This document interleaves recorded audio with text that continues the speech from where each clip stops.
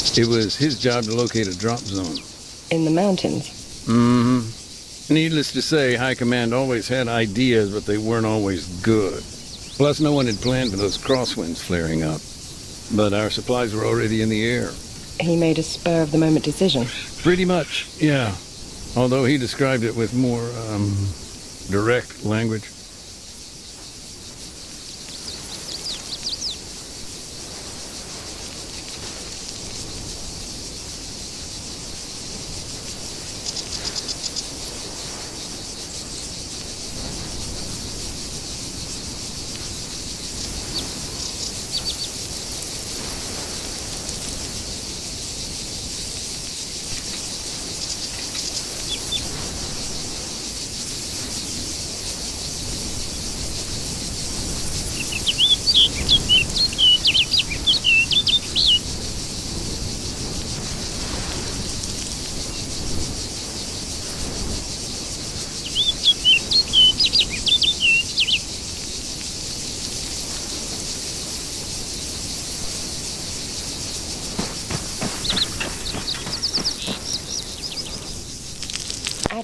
He went out alone?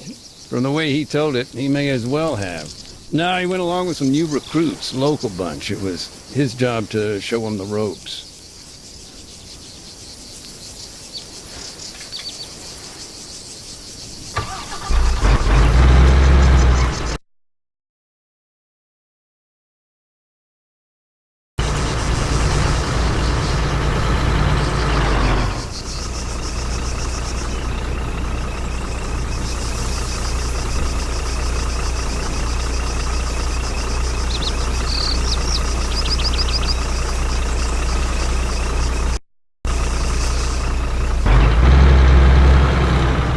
I'm not quite clear on. Why didn't IDAP transport the aid themselves? There must have been a reason. Yeah, there was. A couple of weeks previously, guerrillas had ambushed a convoy. It was some dissident group out to sabotage the peace talks in Havana. Anyway, NATO intervened and the whole thing just blew up. A checkpoint was hit. Protesters were fired upon at the MOD. Yes, we were there. And you know how bad it got. Movements were limited by the government. Exactly. And convincing anybody to reassign troops, to escort NGOs, just a total non-starter.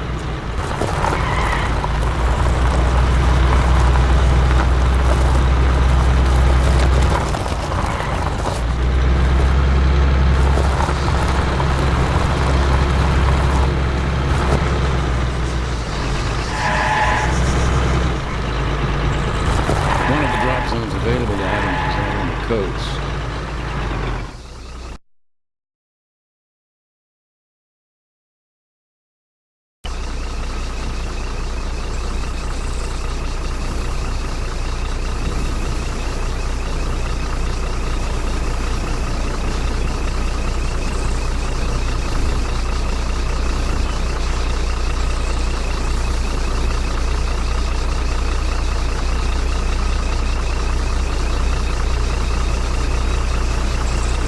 Tell me more about your friend. He was your liaison, right? Right. But Adams and I had a history. We'd met on previous occasions. This guy was your typical army lifer. Cynical, sarcastic, big heart, pissed off with everyone, everything, all the time. But he always seemed to know where to find a beer, and was always willing to share it.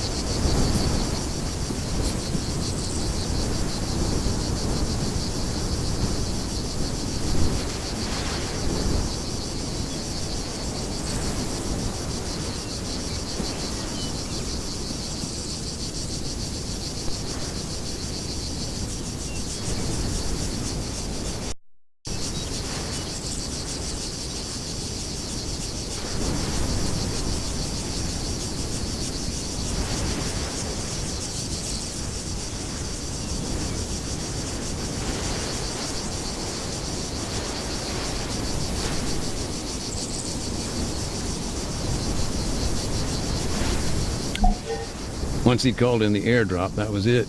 They just had to sit tight, hope for the best. One thing I don't understand, what were they doing there, all the way up in the mountains? The town, Oreo Castro, this place has historic ties with the guerrillas. For years, people here would provide them with food, water. I see. The government responded by draining the swamp. And that involved sending soldiers? Yeah, coin ops. Adams and his guys were there to remind them of their R2P. Just a sec, I'm getting a bit lost in the lingo here. Oh, gotcha. R2P is their responsibility to protect. Counterinsurgency can get real messy real quick. He was in charge of training, laws of armed conflict, that kind of thing.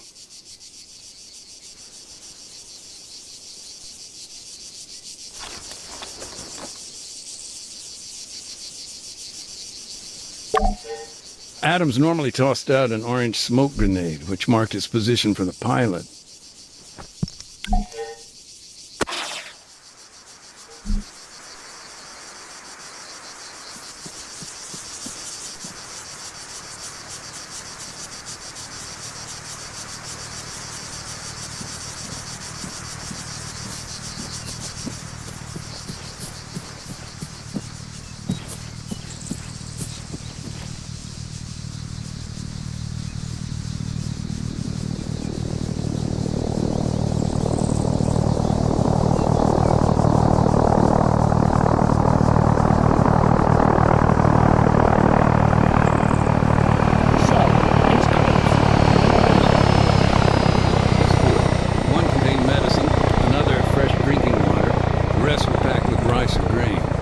Adams had to inspect each one individually. Later, we'd arrange collection.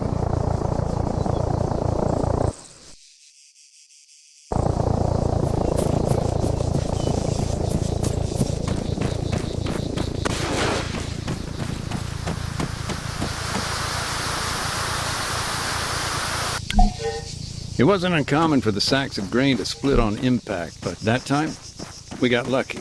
He didn't lose a single one.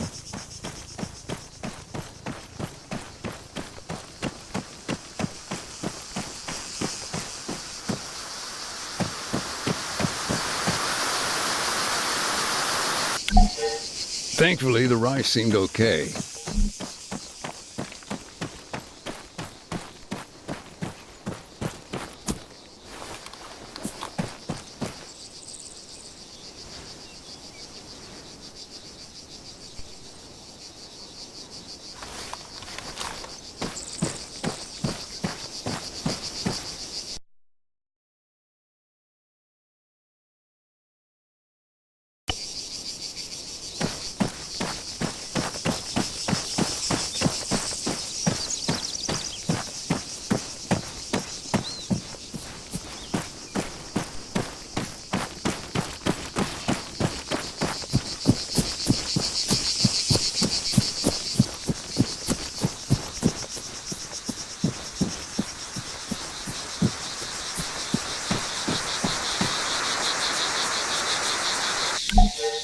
The medical items, you can imagine how pleased we were to see those arrive. So they landed safely? Yeah, they were fine.